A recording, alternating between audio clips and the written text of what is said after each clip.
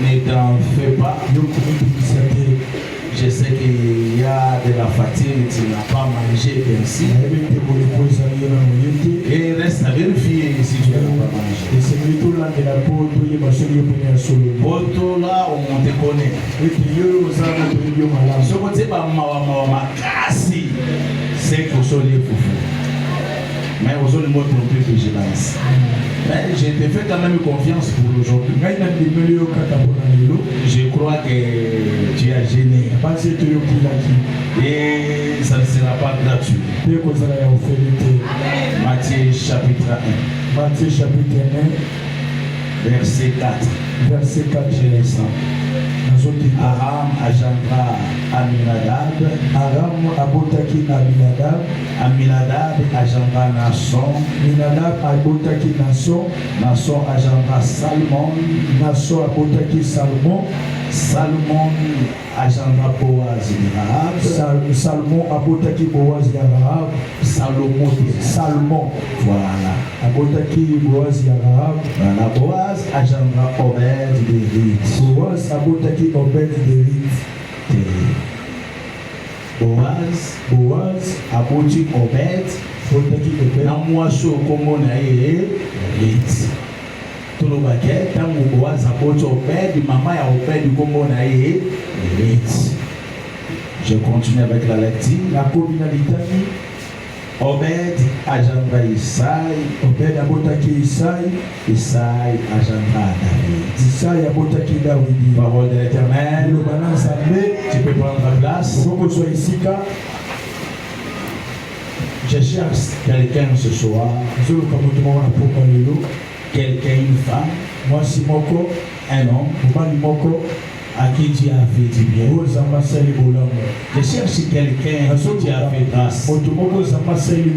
Je cherche quelqu'un qui sent dans son cœur qu'il est redevable à Dieu. Je cherche quelqu'un ce soir qui peut être témoin de la grandeur de l'eau. C'est là où il peut se manifester. Je cherche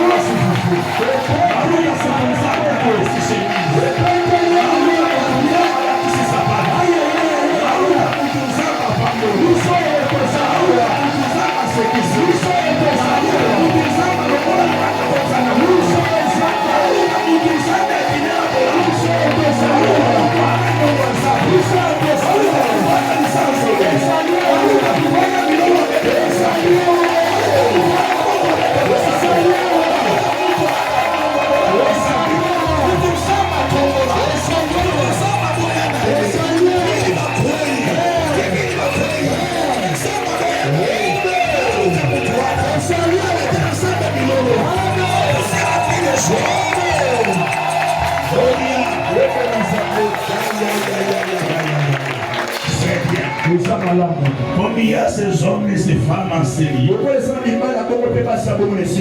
je crois que cette soirée sera merveilleuse. Amen. Permettez-nous de parler. Nous avons notre façon de parler. Que le Seigneur nous fasse grâce pour que vous m'écoutez. Vous en avez déjà l'habitude. Il s'agit de la parole. Deutéronome chapitre 23. Deutéronome chapitre 23. Verset 2. Verset 2. Ici, c'est Elohim qui parle. Le roi de tous les esprits. C'est lui qui est élevé au-dessus des cieux. Il va faire ses déclarations ici. Il est celui qui ne peut être contredit. Ses décrets et lois sont irrévocables. Personne n'assiste à son conseil. Il est lui-même dans son conseil. Ye moko azaka esika ya kopesa tu. Il décide dans sa souveraineté. Azwaka mokano na bozambe na ye. Personne ne peut les contredire. Moko te kotelemela ye. Personne ne peut avoir la folie d'obscurcir ses desseins. Moko te kokoswa liboma ya koyindisa miango na ye. Car tous, toutes sont ses créatures. Lui, il est le seul créateur. Donc sur la table de discussion et de négociation, il n'a personne en face de lui. Parce qu'aucun adversaire ne pourra faire le poids. Personne ne pourra le contredire. Peu importe qui il est. Personne. Alors il convoque Moïse. Il dit à Moïse, aujourd'hui, je vais signer mes décrets lois. Je vais te dire des choses qui vont demeurer perpétuelles. Il dit, mon ami Moïse, je te dis ceci. Celui qui est ici, union illicite, n'entrera point dans l'assemblée de l'Éternel. Même sa 10e génération n'entrera point dans l'assemblée de l'Éternel. Maintenant, Elohim précise. Verset 3. Qu'est-ce qu'il voulait dire à Moïse? Par union illicite. Alors il apporte la précision. Il dit clairement à Moïse. Il dit l'Ammonite et les Moabites n'entreront point dans l'assemblée de l'Éternel. Même à la 10e génération. L'Éternel, il compte 10 générations.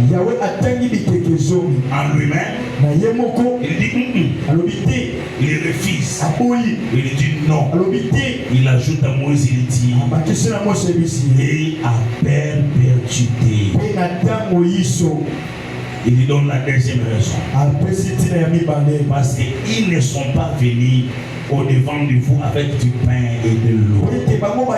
Sur les chemins, lors de votre sortie d'Égypte. Et parce qu'ils ont fait venir contre toi à prix d'argent Balaam.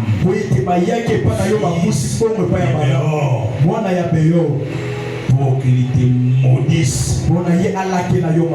Parole de l'Éternel. Incline ta tête, Dieu te parle. Oh, tendre Père, ajoute l'explication à cette histoire. Donne la vie. Enseigne. Arrache les parler de l'homme. Donne les parler du vin. Afin que ton peuple soit béni. Gloria, gloria, gloria. Merci Saint-Esprit. Merci Adonai mon Père. Demande à Dieu de te parler. Insiste. Demande à Dieu. Dis à Dieu de te parler.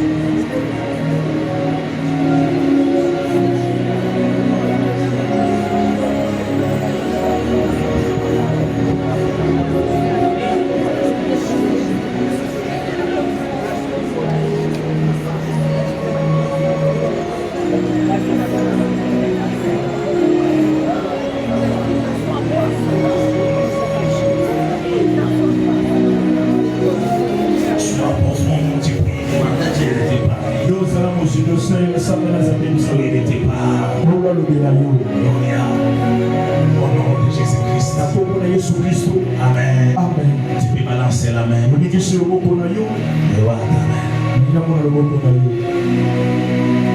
a un peuple. C'est le peuple les Moabites, qui sont des Ammonites, qui sont des Moabites. Et qui lutte contre eux ici? Le problème, un jour l'élevé d'Abraham, répondant au nom de Lot, il est sorti chez Abraham, il est parti à Sodome. Il y a eu tout ce que vous savez là. Il est sorti là avec ses défis. Et la cadette. Les défis se sont rendus compte qu'il n'y avait aucun homme aux environs, il n'y avait que l'air. Ils ont décidé de rendre ivre et droguer leur papa. Voilà. Afin qu'ils puissent avoir une descendance avec leur père. C'est ça l'origine des Ammonites et des Moabites. Raison pour laquelle l'Éternel parle de l'union illicite. Et parce qu'ils sont sortis de cette union, ils n'entreront pas dans l'assemblée d'Adonai. Adonai précise jusqu'à la 10e génération. Mais Adonai apporte une précision. C'est-à-dire, s'il y a eu des hommes sortis de l'union illicite, à la 10e génération, ils pourront entrer. Maintenant, l'Éternel, il met sur la table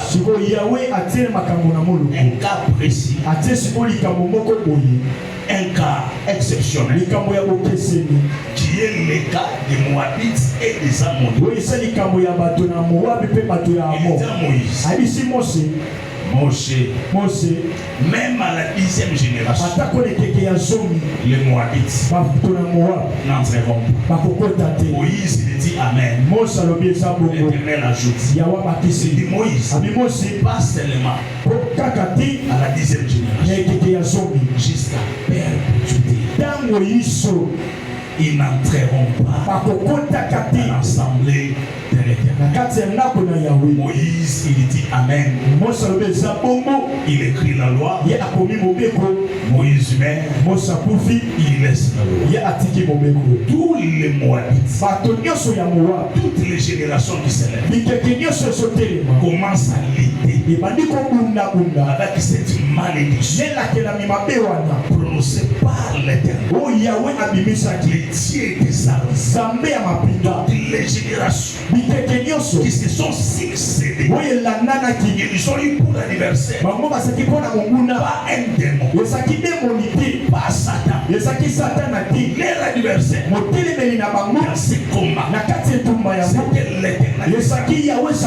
L'Éternel ajoute, il dit ceci: lorsque vous êtes sortis de l'Égypte, au lieu qu'il se présente au devant de vous un ami, ils se sont présentés en ennemi. Ils sont allés chercher Balaam pour vous maudire. Bien-aimés, ce sont les ancêtres des Moabites qui sont allés chercher Balaam pour que Balaam maudisse Israël. Israël, le peuple de Dieu, les dieux d'Abraham, les dieux d'Isaac, les dieux de Jacob, il a gardé rangi. Amen. Amen. Amen. Amen. Amen. Est-ce que ça va? Amen. L'Éternel a gardé ça. Ceux qui sont allés concilier Balaam, ils sont morts. À l'époque de Moïse, ils sont morts avec Moïse. L'Éternel a gardé une dent. L'Éternel a dit, même 10 générations, même à perpétuité, ils n'entreront pas dans l'assemblée de l'Éternel. Fais très attention dans ta vie. Ne combat jamais un innocent. Amen. Amen. ne combat jamais. kobundisa soki mokiete Un innocent. moto asali likambo te Surtout c'est lui mingimingi oyo qui est avec l'Éternel. asali lomona nzambe Bitumba nzambe esilaka te. Amen. amen L'Éternel peut les livrer entre tes mains. yawa kokotika ye na maboko na yo Parce qu'elle est domestique. po ete asa mwana mosala Elle est ta bonne. ye asa mwana mosala na yo Toi, tu es sa maîtresse, tu es son patron. yo osa mokonzi na ye Tu occupes une position de force. yo osa na esika ya bokasi L'Éternel peut les livrer. yawe akokotika ye Tu bongo peux l'humilier. yo kokoyokisa soni Tu peux faire tout ce que tu fais okokosala nyonso osala avec lui. elongo na ye Et tu es tranquille. mpe yo osala okimia Tu mets, yo kufi tu pars. okei Tu laisses tes enfants. otiki bana na yo Tu laisses ta descendance. otiki mokitani na yo Elohim nzambe prononce une malédiction. abimiselakeli mabe Il dit, alobi parce po ete qu'il avait touché ye asimbaki à Monica. na monika Moi, je suis l'Éternel. nga nazali yawe Dans sa na descendance, kati ya mokitani na yo personne moko ne te sera grand. akozala monene Parce que Monica po ete ndeko est monika domestique. ye asaki mwana Dans mosala sa na descendance, kati ya mokitani na il yo n'aura que ye des domestiques. akokotela kaka bana misala Amen. amen Amen. amen Je vous dis des choses nasomisa bino que makambo vous deviez comprendre. wesengeli bososola Les générations se sont succédées. biteke landani Ils se sont mis à lutter, bango babandi kobunda pas contre les diables. bazobundisa diabulu te C'était contre l'Éternel. ezaki nde mpo na nzambe bande kobundisa J'ai un cas ici dans l'église. naza na ndeko moko awa Je vois que je vous en avais parlé. esi nayebisaki bino yango Elle prie. aosambela J'aime quand elle prie. nalingaka ntango asambelaka Nous avons prié. biso tosambela Le ciel est resté ferme. lolo etikali ya kokangama Je suis allé pleurer nake kolela au devant de l'Éternel. liboso na nzambe Elohim Adonai. nzambe Nous prions. tosambela Qu'est-ce qu'il ne va pas? eloko nini ezosimba te Après 3 ou 4 jours, nsima mikolo misato je ne tosembela me rappelle plus bien. abanzi lisusu te Elle vient me voir. aye komona ngai Et elle me dit, ayebisi ngai pasteur, ebateleka te aujourd'hui, lelo oyo j'ai vu des choses. namoni makambo J'ai vu un vieillard qui est venu me chercher dans mon son. mie moko ekolukanga na ndoto Il m'a appelé. abengi ngai Il m'a dit, viens. ayebisi ngai yaka Il m'a dit, tu sais pourquoi vous souffrez? mpona nini boyebi boni okwama J'ai dit à ce vieillard, nayebisi mobangi oyo je ne sais pas. nayebi te Il m'a regardé, il m'a dit, atali ngai ayebisi ngai c'est parce que tes parents eza po ete baboti na yo ont tué bakoma un innocent. moto moko asalaki bango Et neti cet te homme mpe moto wana était un homme saint. azalaki mosantu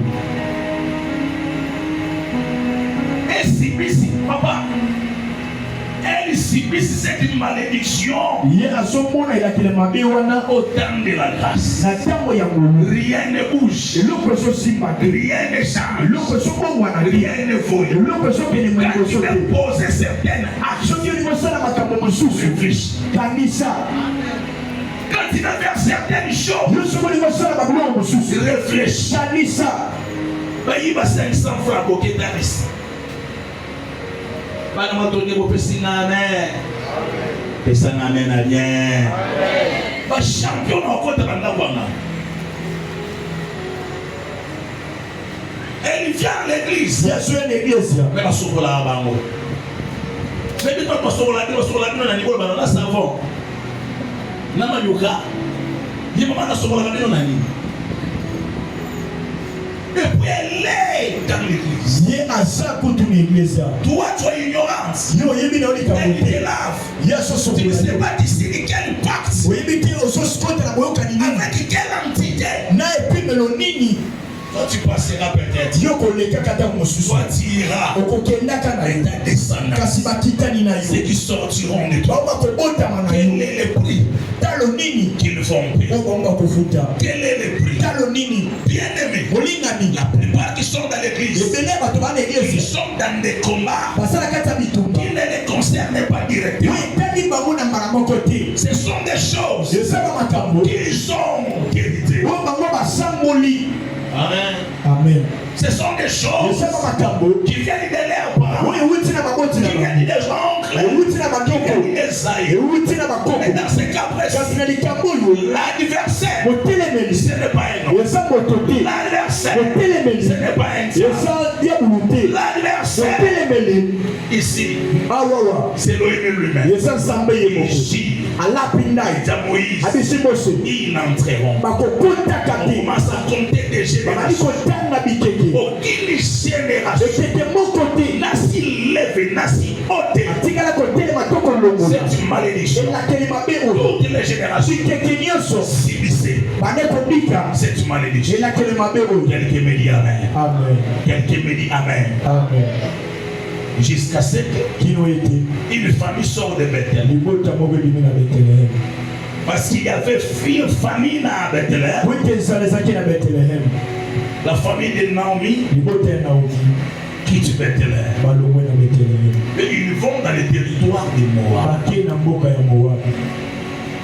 En arrivant à Moab, Naomi avait des fils. Les deux fils se sont mariés aux Moabites. Mais ils n'ont pas eu d'enfants. Après un certain moment, Naomi a perdu son mari. Et elle a aussi perdu ses deux fils. Se retrouvant avec ses enfants, Naomi décide de retourner à Bethléem. Il y avait Opa, il y avait Ruth. Naomi convoque ses belles-sœurs. Naomi savait qu'en Israël, il n'y a pas de place pour des Moabites. Naomi tient un discours. Elle dit ceci. Mes filles, je vous aime bien. Mais vous savez tout ce qui m'est arrivé. J'ai perdu mes fils. J'ai perdu mon mari. Je m'en vais. Il faut que je retourne chez nous. Même si vous priez, vous gênez, jusqu'à ce que je trouve un homme qui me donne des enfants, jusqu'à ce que ces enfants deviennent des hommes pour vous épouser, ça sera mission impossible. Sur ce, je vous libère. Allez dans vos femmes. Pas plairer. Or, elle avait son matin déjà Bosco. Quand elle plairait là, elle faisait semblant, elle pensait à Bosco. Au fond d'elle, elle dit, comme libre. Parce qu'elle n'a pas Bosco. Alors, il dit à Naomi. Elle dit à Naomi qu'il plaive. Qu'il neige. Je ne t'abandonnerai pas. Je ne te quitterai pas. Naomi, écoute. Ton Dieu sera mon Dieu. Mais écoute, les dieux dont il fait allusion, c'est les dieux qui les a rejetés. C'est les dieux qui les a repoussés. C'est les dieux qui refusent. À ce que Rite réclame l'appartenance de ce Dieu. C'est lui-même qui a refusé. Dieu ne l'aime pas. Il refuse. Il dit tout le monde sauf les Moabites. Les dieux qui nous a rejetés, les dieux qui nous a repoussés, peu importe son comportement, peu importe ce qu'il a dit, peu importe ce qu'il a décidé, je ne peux pas lui remplacer sur son trône. Il reste Dieu. Peu importe les séparations, peu importe ta souffrance, peu importe ta pauvreté. Attends l'homme samba sécurité, atikali ganzambe. Attends l'homme samba tomolote, atikali ganzambe. Il y a les réclames, il dit. Il sera mon Dieu. Naomi insiste. Retire fils. Vous savez pourquoi? Parce que Naomi savait les humiliations et la honte que Ruth va subir en entrant en Israël. Amen. Parce qu'en Israël, à Bethléem, les Moabites n'ont pas de valeur. Quelqu'un me dit Amen. Quelqu'un ajoute Amen. Malgré cela, Rite décide d'arriver à Bethléem. Rita sur mon camp va tenir à Bethléem. Elle entre dans Bethléem. À côté de Bethléem. Comme elle est Moabite, Le col à ça moto à Moab. elle ne peut pas réclamer mieux Yako sema ya malumati. un travail qui rémunère. Musala oyo yozo sifuta ye. Donc, à Bethléem, Niko bana Bethléem. elle est dans l'obligation de devenir mendiante. Ye atindi kamina makasa kwa moto kusenga senga. Amen. Amen. Elle devient mendiante, Akomi ko senga senga. pas seulement pour elle-même, Tenga ka pona ye moko. pour elle Pona ye et pour Naomi. pe pona Naomi. Mais l'Éternel a fait So yawa lo bati. jusqu'à la 10e génération. Kino na ekeke somi. Pourquoi? Pona nini? Quand l'Éternel est pas, Yawo samba solo. il dit jusqu'à la 10e génération. Kino na ekeke ya somi. J'aime la Bible. Nalinga la Biblia. J'aime la Bible. Nalinga ka La Bible, Biblia. elle est correcte. Biblia esapela Elle nini est sana. tellement précise. Esapela na 10 somi. et le chiffre de la loi. Esamo tamu ya mobeko. Sous la loi, Na se mobeko. Elohim Zambe. ne peut pas appartenir à un autre peuple. Atoko sala libota mosusu te. Mon Dieu. Zambe nanga. Sous la loi, Na se mobeko. Elohim, Zambe. il est le Dieu d'Abraham. Asa zamba balama. Il était d'Isaac Zamba Isaka. et de Jacob. Epe zamba ya fini. Esuki mo Il wesi. ne peut pas être donné sous la loi. Atoko sala zamba na se mobeko. Para tini. Il faut attendre Le Seigneur que te la 10e génération quelque chose puisse passer. eleka. Si la 10e génération Soki quelque chose ne passe pas, il ne deviendra pas Yako votre koma kasa mobeko. Rite Tango rit. réclame Asosenga. l'appartenance Bonsalisami. de la divinité. Bonsambe. C'est parce que la 10e Le génération Seigneur te quelque chose. était déjà passée. Merci elekaki.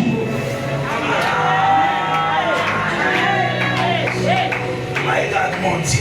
Donc, tu vas dans la divinité, on comprend la paix. Amen. Quelqu'un me dit Amen. Amen. Tu sais, il y a des gens qui viennent à l'église pour voir. Yana batu wake l'église apona komo. Ce n'est pas mauvais. Yesa mabete. Mais il y a des hommes qui ont la maturité. Yana batu si Quand ils bakotela. viennent à l'église, Soko ils pour écouter. Bayaka apona komo. Parce que les salis Kwete lobiko. ne viennent pas de la vie. Yaka na wale komo Les na salis sali. Lobiko. viennent de l'écoute. Yaka na wale toko yoka. La foi Kodima. vient de ce qu'on attend. Yaka na Pas wale de ce qu'on voit. Na wale toko C'est mona. le Dieu. Kodina sa. C'est l'écoute C'est ça ko qui yoka. engendre les voix. Ye bota ta komo. Komo o somo na. Amen. Amen. Quelqu'un me dit Amen. Amen. Au commencement, Memba deli. l'ennemi a écouté. Pamba yokaki. Et la chose s'est matérialisée. Pamba biloko ekopetaki. L'ennemi a écoute. Pamba Et yoka. l'ennemi engendre. Pe eboti. Amen. Amen. Si tu n'écoutes pas, Soki oyoki te. tu ne vas pas engendrer. Yokobota te. Pour que Marie, Mpona Marie. qui est l'aînée, Ye wase yoko parce te. que Marie, Kwete Marie. c'est ça les filles du commencement. Esale pamba ebandeli. Alléluia. La numéro 9. Alléluia. Marie, Marie. elle est les filles du commencement. Pamba ebandeli. Pourquoi? Mpona nini? Parce qu'elle n'a reçu aucune semence. Kwete atikala Elle est fille. Elle n'a pas connu les hommes. Elle est fille. Alors il faut que Gabriel prononce la parole. Comme au commencement, que la lumière soit. Que la lumière fille. Elle soit pratiquée du mari, qui est le fille. Ça laisse de la lumière. Qui est Jésus-Christ de Nazareth. Alléluia. Amen. Amen. Kitoko makasi. La Bible. Biblia. La Bible. Biblia. Il faut aimer la parole. Usemi kolinga liloba. L'Éternel dit, Yawa lobi. vous allez compter Bokotanga. 10 générations. Quelque chose. Parce que ça c'est la loi. Kwete yango esa mobeta. Dans la loi, Na mobeko. Israël a kabola moralité. Dans la loi, Sarah a kabola Abraham. Ça. La 10e génération Quelque chose. était passée Ese lekaki. depuis Abraham Wita balama. jusqu'à Kino. à Boaz. Na Boaz. C'était toute la 10e génération. Ezaki susu quelque chose. C'était la 11e Ezaki quelque chose na génération. moko. Lorsque Tango. la loi passe, Mobeko leki. dans la période de la loi, Tango passe, eleki. il ne s'agit plus Esa susu. du Dieu d'Abraham, Ya likambo ya du samba Dieu bana. d'Isaac, Samba du Isaac. Dieu de Jacob. Ya samba Il yaki. s'agit de quiconque croit. Likambo ya oyo nyonso asondima. Amen. Amen. Est-ce que ce soir toi aussi tu crois? Okono oyo mpe osondima. La Bible déclare Yesa koloba. Dieu Nzambe attend t'aimer. apusa kolima. Yeah. My God. Afin que Na ntina ete quiconque oyo nyonso croit asondima qu'il ne périsse, akokufa te. mais qu'il ait La vie, peu importe les générations qui t'ont précédé. Tu n'es pas de la 10e génération. Tu n'es pas de la 8e génération. 10 générations sont passées. Toi, tu es de la génération de la grâce. Dieu, il est ton Dieu aussi. Ici l'Éternel ici. Il dit Moabite qui est Moabite. L'Éternel, il dit c'est l'Éternel qui parle. Il dit d'ailleurs, il est sorti d'une union illicite. Elle partait mendiant, elle partait quémander. Entre la main, ramasser la sémence. Bien-aimé, il y a des moments que tu dois traverser dans la vie. L'humiliation viendra. Tu te regardes, tu te mires. Oui, ne t'en fais pas, oui.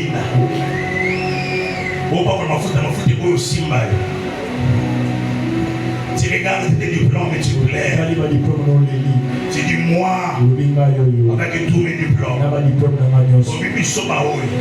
Il y a des moments que Dieu va te diminuer.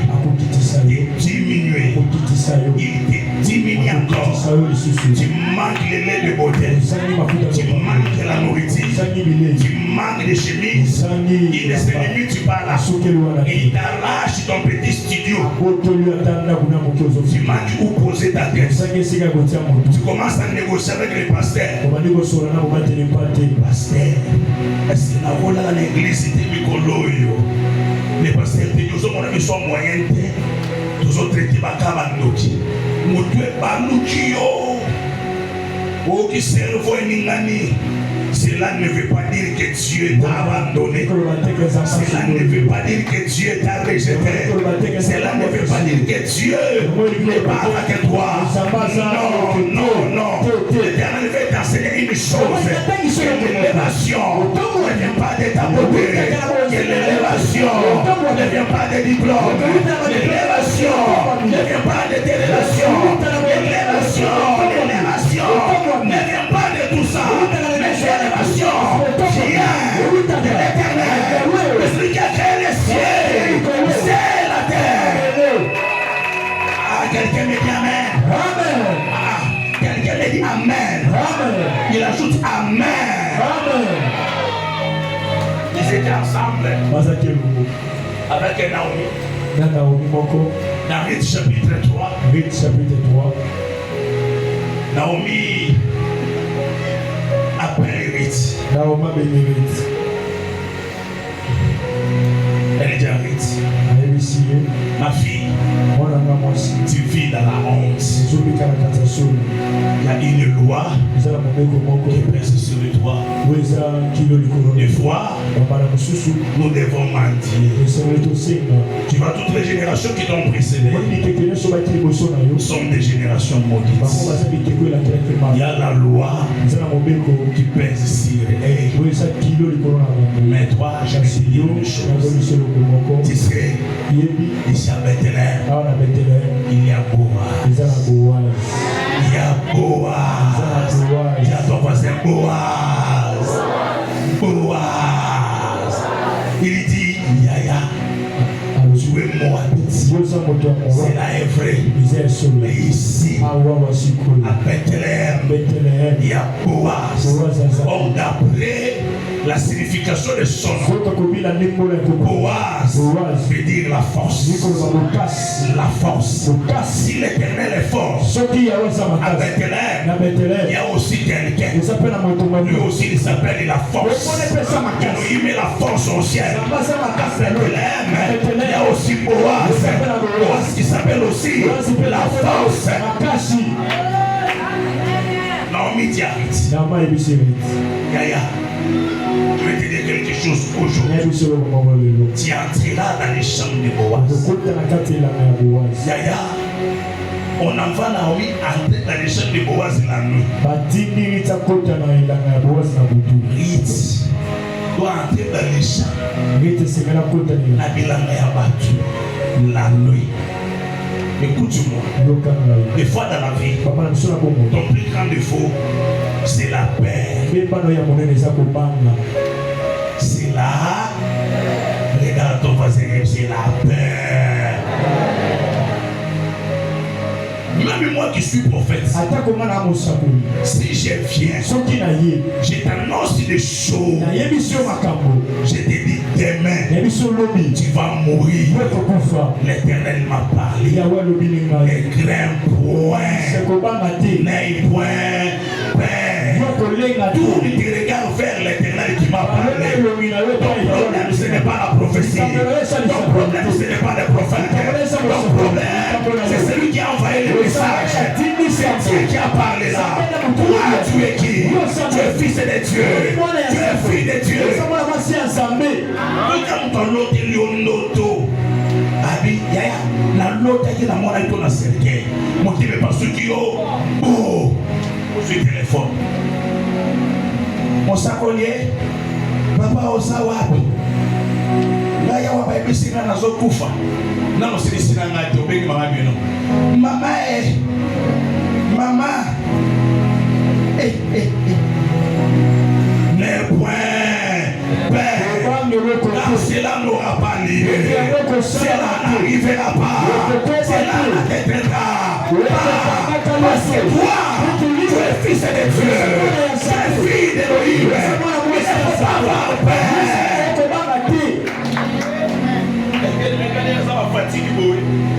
Parce que ça m'a cassé au église. Dans l'année, on a pour y boulot la quête. Et donc, on a un téléphone. Ah, mon gosse, mon tombe,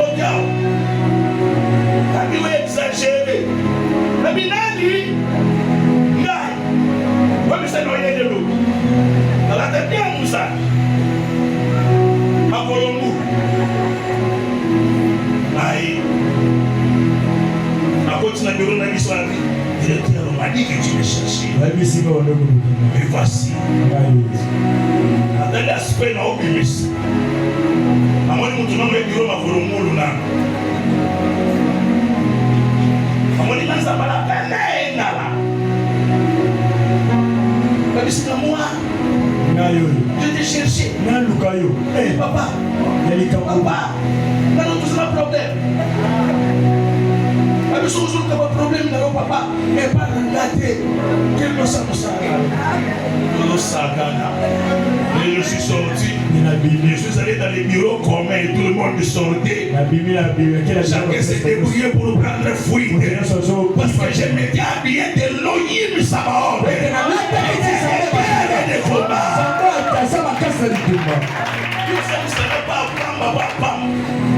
Nous sommes à Kassou, la salle, moi je suis là, la communiqué pour cette personne, on a 6 heures. Mon wumbu na yo, société tata na maman na yo. Chia, je suis là, viens me chercher. Pour communiquer écrit.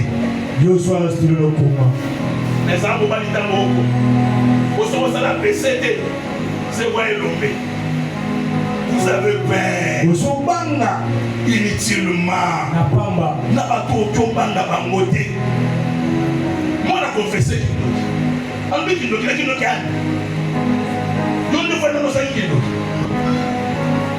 Tant que nous l'autre a gagné sa gagné. Nous avons l'autre a gagné sa gagné. Tu penses qu'on a gagné sa gagné. Obimaka. Oyebineteke. Obimaka nengeni. C'est ça la différence. Moi, je suis à son action. Il y a Obimaka et Obimaka. Je suis que maman, nandako basengi ngai na sobima. Et puis c'est la même colonne obima mingi. Na pas basengi ngai yo. Na pe na oboya, na pe si basengi yo. Mais nande mtu na oboya.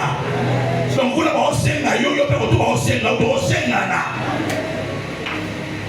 Ala so banga. A commencé à cauchemar. Na tension mati. A commis pentani. Yeah. Go back. Go outside. Go outside. Go outside. Yes, sir. La nuit.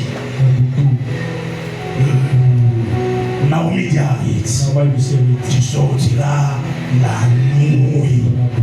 Il y a des choses que nous faisons la nuit. Amen.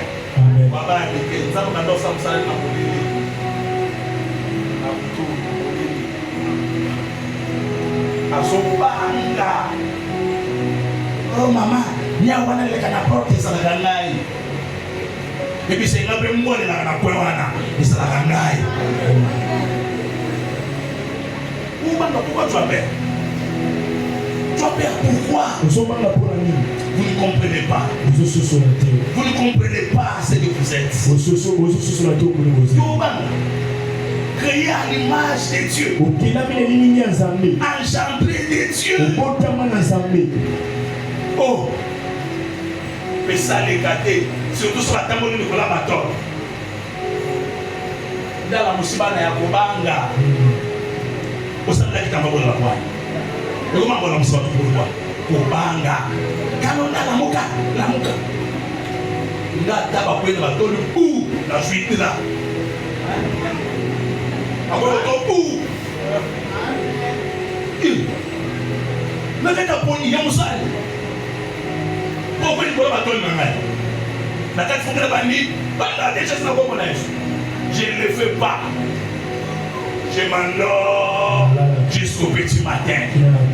Je me lève et puis bien. Et puis combien de fois sinon on a déjà la bouche? Et puis combien de fois sinon on a déjà pas continué la cercle? Non, on a combien de fois? On se sinon l'autre coup tout. Par le bain, par le swing, comme c'est non, on a tout ça à Kaba. Par l'ien, on a Oliana. Ah, surtout qu'il a un appel là. Ah, par le bain, on a tiré l'eau dans sa peau. Parce que la vie et la mort ne dépendent pas des petits sorciers de ta famille. Ceux qui n'ont pas yo et se peuvent choquer au boy yango. Cela n'arrivera pas. Cela n'aura pas lié. Voilà comme il faut banga. Allez là-bas, nous t'en allons attaquer. Quand on est dans l'autre, ça confie boy. Pour son master guerre. À quoi nous on a? À Bible, il y a des autres qui ont Normally not. I'm looking noto. Mentamba be. Read the song. Mais non, mais lui dit des choses. Read chapitre 3. Chapitre 3, verset. Je vais t'équiper. Tu commences par le premier verset. Verset premier. Je vais t'équiper. Voilà mentalité mission. Wana mentalité neo tolingana tanto za mutu paseka ngebe woto tolingana na bazoliana kawana tolingana na bazofina na bakingo kawana imona ke moya diwati na bandeko boboto bondeko esengo bazomusi lisanga momoko ukombo ya dada pe ya mwana yo ya si na ba français bilai et si ba loki est chômeur yo ka so français kuba la rocambolesque pas les vermes sont de bêtises ça je n'aime pas ça.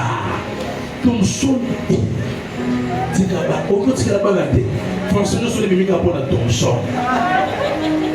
Rocambolesque. Non, ah oui, ça c'est un cas de flagrance, ça. Quand il y a flagrance, dans ton son. Ça. Et pourquoi moi je fais autant de mine, il n'est pas de fois. Voilà, ça l'a dit ce qu'on fait clair à moi. Alors, tout ce qui est mal dans mon tour, la maman qui a beaucoup étudié. Et là, l'âge de maman, mais elle n'est pas maman. Alors, je ne pas ça. Je ne suis pas au départ. Je ne supporte pas. Aujourd'hui, il y a beaucoup de femmes. Je ne supporte pas. Je ne supporte pas. Non. Non. De tous les rencontres que tu feras dans ta vie, il faut que tu rencontres des hommes points, des hommes qui ont Dieu afin de changer, transformer ta vie. l'évangile de Jésus, ce ne sont pas des récitations, des massacres. Non, l'Esprit du Seigneur est sur moi. Pour délivrer les captifs, livrer les opprimés, guérir les malades, annoncer la bonne nouvelle, publier une année de la grâce. C'est ça l'évangile de Jésus. Ton père était sous la malédiction de ta foi.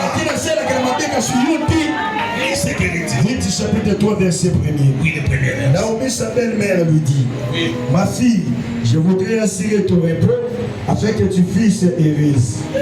Et maintenant, Boaz, avec les servantes duquel tu as été, n'est-il pas ton parent? Richwana. Akomi muninga ya bana misala ya Boaz. Awakende na cadre ya baninga po profita kazo de lowolia. Na salina bango ki kuninga. Potamo otambola na espeleza la kaso ni semence ko ibo ko lokotake. Otikila mobola alokota. Koma kuma ki masana bango. Ne ba opoisela ya zo lokotaka. Continue. Voici, il doit faner cette nuit les anges qui sont dans l'air. Voici, il doit faner cette nuit les anges qui il doit Boaz. Il doit fitter. Il doit, c'est que Boaz y est moko. Qu'est-ce qu'il va faire? Voici, il doit faner cette nuit les anges qui sont dans l'air. C'est quoi? Oui, qui yongolo. Ce qu'on Jésus sémence. Ce qu'on Boaz a soit mon début. Soit sur mon bon, parce qu'on a la sanité, na la paille, na la poussière. A usuwa sko o joana. Atamona ki yongolo. A yongoli yango. Akaboli sanité na graine. Akaboli sanité na semence. Ça va né. Voilà. Lave-toi et ouais-toi. Lave-toi. Fais quoi? Lave-toi et... Alors tu vas faire quoi? Ah, continue. Puis remets tes habits et descends à l'air. Tu ne te feras pas connaître à lui. Tu ne te feras pas connaître. Tu ne te feras pas connaître. Voilà, continue. Jusqu'à ce qu'il ait achevé de manger et de boire. Jusqu'à ce qu'il ait achevé de manger et après ça, et quand il ira se coucher, se coucher, voilà. Observe les lieux où il se couche. Ah, observe les lieux où il se couche. Ensuite,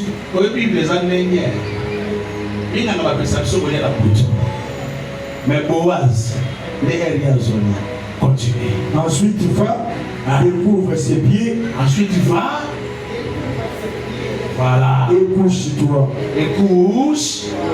Voilà. Quelqu'un me dit Amen. Amen.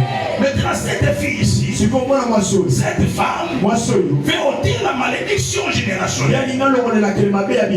La malédiction qui a vaincu Césaïe. La malédiction qui a vaincu son père. Naomi, tu arrives. J'ai la formule. Tu entreras la nuit. Tu vas te laver. Tu vas te parfumer. Tu vas solo ya Moab, il faut le monde en zone. Amen.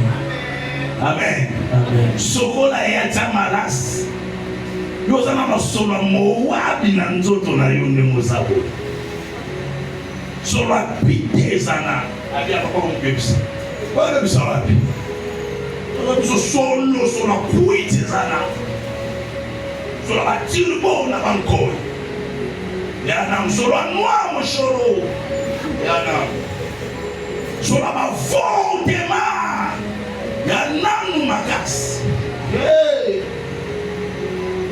Dala baza na okopelo otetalenga. Omo sisa dalaenga lo sali ko kanda ti. Dala. Solo cigarette. Il faut silo na mzoto. E pa bisabi na okota kuna ko luka yeba yote. Posoka yebi. Ore marke kwa mwabiti. Soit remarqué quoi moi de toute façon au pays nanayo ni bomba sipa natir no ya Moabiti bomba ki Moabiti na yo problème ezana mona mokofete nano bominzuzi te nano bominzimba te so simbi kotonga ah pesanga amen amen. Répétition na yo qui na matonge pour na otonga. Moi na matonge spécialiste na matonge. Diplômé na licence à songi. Ana motema dis-moi amen. Amen. La santé m'a dit comment tu m'as dit séminaire bien. Papa mon gars joue la chaîne n'a pas vu ça. Fomoutou. Frère Avandi escroc. Ana solo. Escroquerie dans l'autre. Et puis il va t'escroquer en français. Mais non seulement 48 heures. J'ai un dossier qui sera résolu vite fait. Ne t'en fais pas. Tu as combien? Avec moi, j'ai dit $100. Oui, non, je ne veux pas descendre, papa. J'ai 50. Avec à cause de toi, on se connaît. Tu peux donner $50. Papa, EKI, Yakwenda. Et comme je peux passer la carte à ma campagne, ça va conseiller. Escroc, la seule escroquerie. Alors, non, fais attention. Tu es moi, tu as des combats, tu as des difficultés. Écoute-moi, tu es mon logo, tu es Ningari, tu es mon Louba, tu as des combats, tu es des débatteurs, tu es des Bandounou. Écoute-moi, tu as des combats. Quand tu viens dans l'église, il faut faire très attention. Toi, tu as des combats. Ne regarde pas ton voisin. Ne regarde pas ta voisine. Tu n'es pas venu ici voir les gens. Tu n'es pas ici tirer des relations. Tu es venu chercher l'éternel de ton Dieu. Fais très attention. Cache ta nature. Amen. Il lui dit, tu sais, je vais te dire. Boaz, il va manger. Quand Boaz mange, et puis il boit. Boaz, c'est depuis. Il enlève ses chaussures. Parce qu'il doit dormir. S'il a des chaussures, Boaz ne va pas dormir. Si Boaz mange, si Boaz boit, il doit se coucher. Mais quand il se couche, pour se coucher, il doit enlever. Il doit enlever ses chaussures. Et quand il va enlever ses chaussures, c'est alors toi, tu iras te coucher à ses pieds. Que veut dire ces choses? C'est quoi Boaz mange et boit et il se couche. Amen. Oui, c'est vrai. Le véritable Boaz, avant de dormir, parce que dormir dans le prophétique, c'est mourir. Alors le véritable Boaz, avant de mourir, lui aussi, il a mangé et il a bu. La Bible déclare la nuit où il finit, frère. Pas le soir, la nuit. Parce que Boaz ne mange que la nuit. Pour aller se coucher. La nuit où il finit, frère. Il prit le pain. Il prit le vin. Il rompit. Il ordonna. Après, il monte à la croix. Il meurt. Avant de mourir, il doit se dépouiller. Parce que s'il ne se dépouille pas, il ne va pas dormir. Il ne va pas mourir.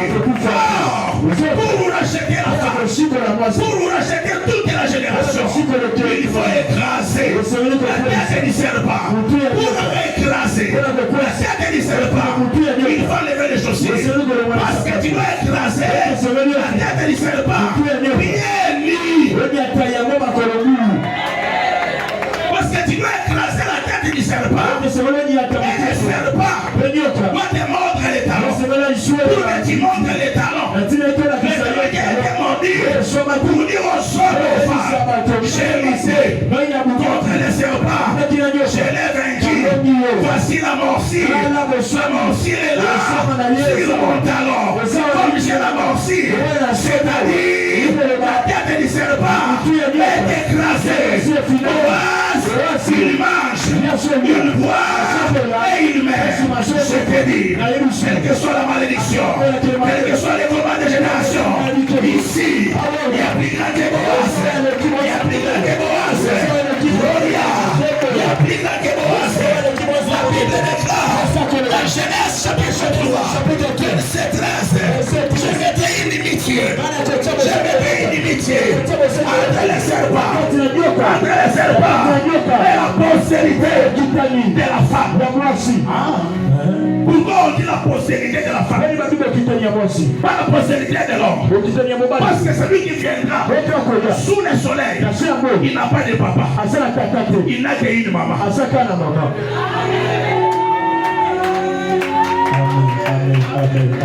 Amen. Moïse vient. On lui dit bon. Les principes. Pour la il faut ma colombo.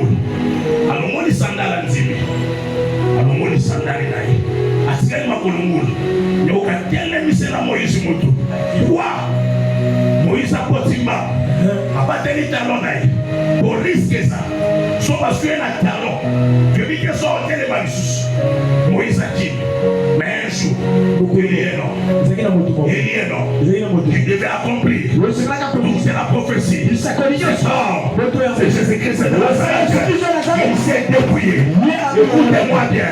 Toi, tu ne mourras pas de la malédiction. Tu ne mourras pas de la maladie. Aïe, aïe, aïe, aïe, aïe, aïe, mon Dieu. Je parle à quelqu'un. Je parle à quelqu'un. Tu ne vas pas subir les sorts. Parce que toi, tu vas raconter Boaz. Et ce soir, Boaz t'a racheté.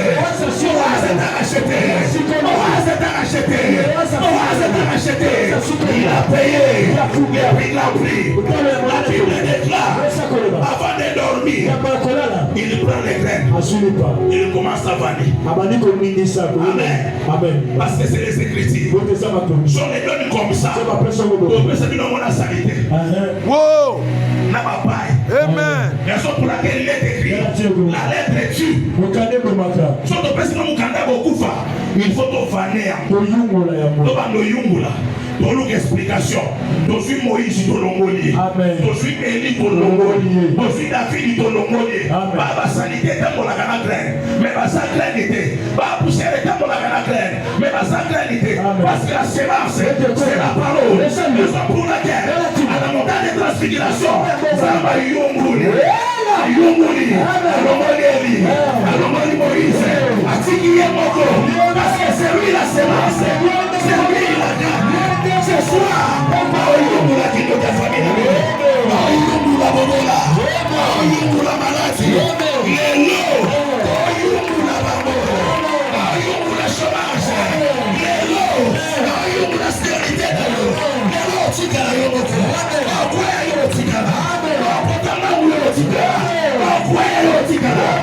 Aïe, aïe, aïe, aïe, aïe, aïe. La canisse qui n'a pas de moto.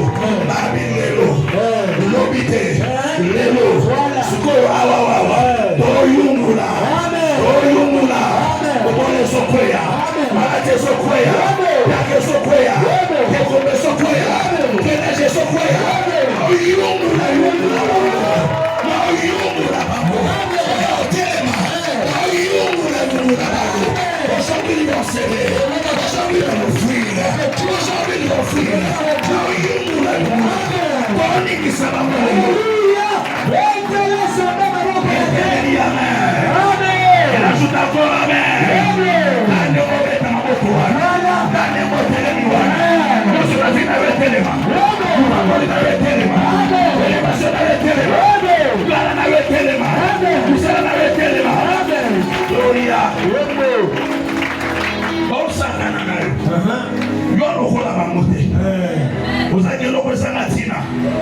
Maintenant c'est là où vous tenez la Boaz.